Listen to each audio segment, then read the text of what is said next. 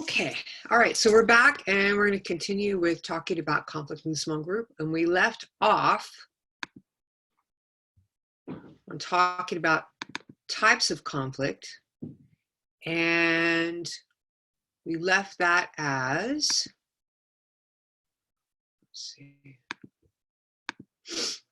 we talked about pseudo conflict, simple conflict, and now we're talking about ego conflict. And I related them to the tensions, right?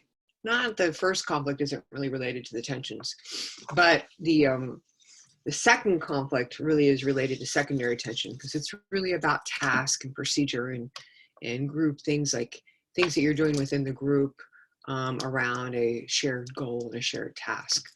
So ego conflict, that goes straight into when we feel that tertiary tension.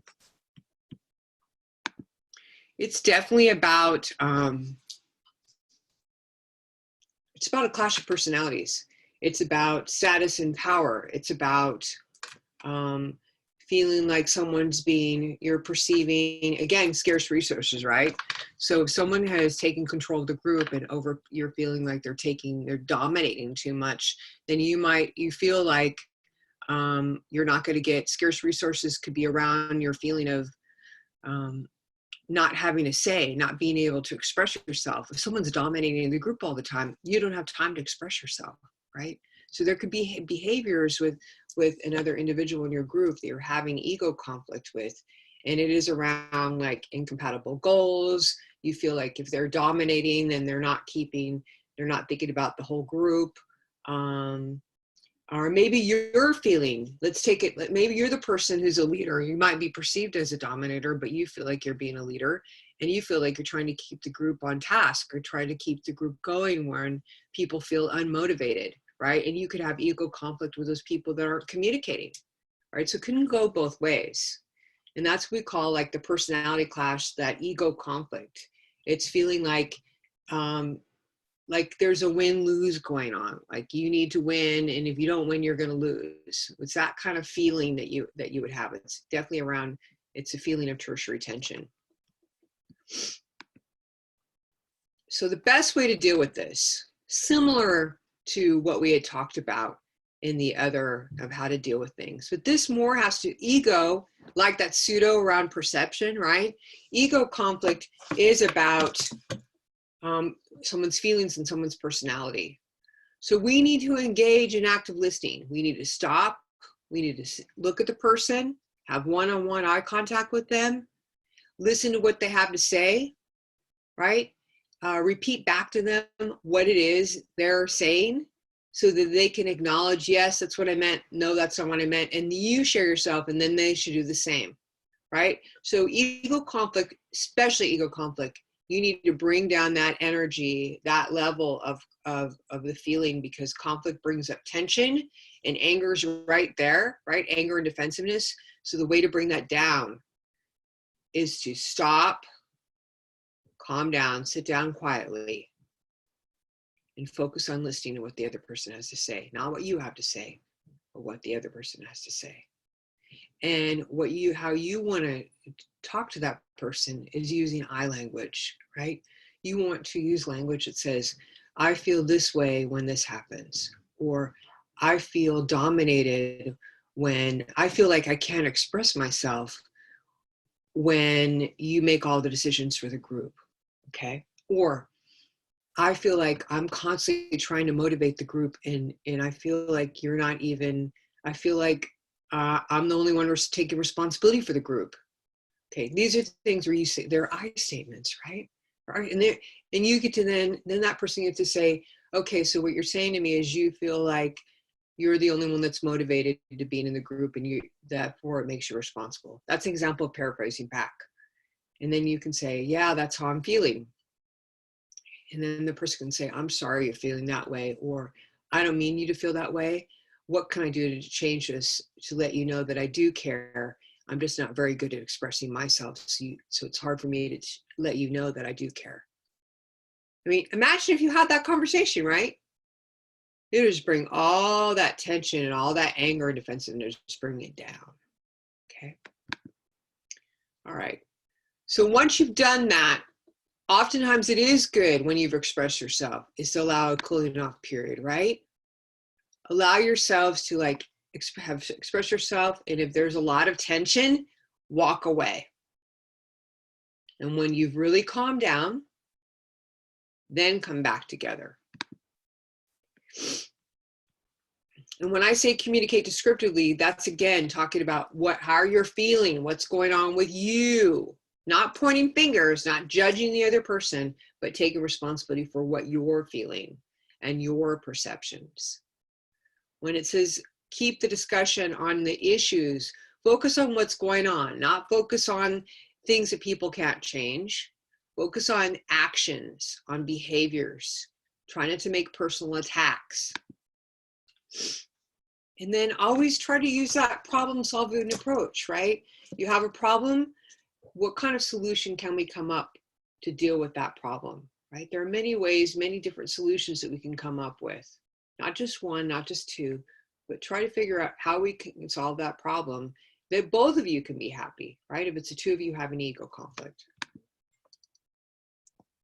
And finally, at the very least, okay, you can agree to disagree. Sometimes when you have ego conflict, you just can't get on the same page, right? That person, you just decide that you and this other person are just going to have a misunderstanding. And sometimes you just have to accept that you have a misunderstanding and move on to get your task done. That's just what you have to do. Ideally, you want to be able to work it out. But sometimes in time, when the time is there, I mean, I had this experience when I was in graduate school. I had a particular classmate that, I think I've shared with you in class the kind of group member. I'm a terrible group member because I'm too bossy. And I have the ideas that I have, I think, are the best ideas. And so I come across that way, and I forget that other people's ideas are just as worthy. And so I'm aware of that, more aware of that now. But when you're a student in that situation, as you know, your grade's on the line, right? So you even feel more impassioned to do it your way because you trust yourself. But in group communication, it's learning how to trust others and learning how to trust the group process. So in this situation that I had in grad school, this particular person who I'm friends with now, I'm friends with her on Facebook, and we were friends after grad school, she was kind of snarky, and she was really smart, but she wasn't, I was more verbally expressive about what I wanted and my ideas, and she wasn't as much. And she gave me a little pushback, probably because I was annoying her because I was so assertive. Okay, not aggressive, but I was assertive about what I wanted. And we had a conflict, right? And I learned we never got over that conflict. We had to just accept that this is our personalities clashing and go on and get the job done. And actually, we did a great group. It was a performance class, a group performance. It was good. We did a really good job. And so we just had to get past it. To get past it becomes petty, and just accept that for the better of the group, we all had to get along and get it done. So there you are, agree to disagree. You can do it. Okay, misconceptions about conflict. Misconceptions, there are a lot of misconceptions. The first is it should be avoided. Guess what, folks? It's not gonna happen. Unless you want to just be by yourself for the rest of your life. There's just no way that you're going to avoid conflict. I mean, you could have conflict with your cat, right? Or your dog. There's just no way, because at some time we're going to perceive that there's not enough to go around, scarce resources, that we're not on the same page, incompatible goals, and that how we're interpreting events isn't the same. So that is going to happen. There's just no way that it can be avoided. It's how you respond to it that matters. Not that you have it. It's how that you respond to it and accept that it's going to happen. So conflict doesn't occur. That's a myth to think that all conflict occurs because people don't get each other, don't understand each other. That's not necessarily why conflict occurs. Think about why conflict occurs again, right? It's not necessarily because you don't understand each other. It's because you have incompatible goals, or you don't think there's enough to go around, or you're thinking that that person's interfering with your ability to get what you want. So it doesn't necessarily mean that you don't have to, understanding each other doesn't guarantee, look at it this way, understanding doesn't guarantee that you won't have conflict. And this idea that all conflict can be resolved, that's not going to happen either. Not all conflict. Ideally, we would like to have conflict to be resolved, and so we could all be on the same page and all be working toward the same goal and get along and have harmony. It's just not going to happen. So sometimes you do have to agree to disagree. And sometimes letting it go works out the conflict. Just like I gave you that example with my colleague in grad school who I had a conflict with. And now, you know, we're not working together. We'd probably never work on a group project together because that's not how we work together. But I have mega respect for her. She's a very smart woman. So it doesn't stop me from having respect for her and treating her well. And we just probably agree to disagree and just accept that that's part of a conflict that we have and doesn't matter. So not all conflict can be resolved.